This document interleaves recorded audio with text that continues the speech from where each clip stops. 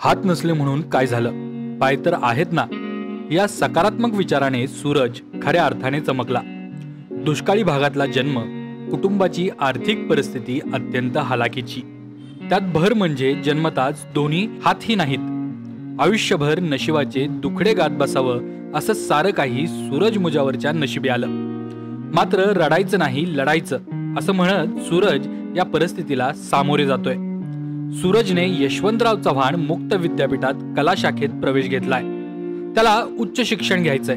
सोलापूर जिल्ह्यातील माळशिरस तालुक्यातील पाणीव येथील महाविद्यालयात पायाने पेपर सोडवणाऱ्या सूरजचं सध्या सर्वत्र कौतुक होतंय. विद्यापीठाने नियमाप्रमाणे सूरजला लेखनिक, वाढीव वेळ, वेगळा परीक्षा वर्ग अशा सुविधा देण्याबाबत विचारणा केलेली. मात्र त्याने इतर विद्यार्थ्यांसोबत स्वतः पेपर लिहिण्याचा निर्णय घेतला.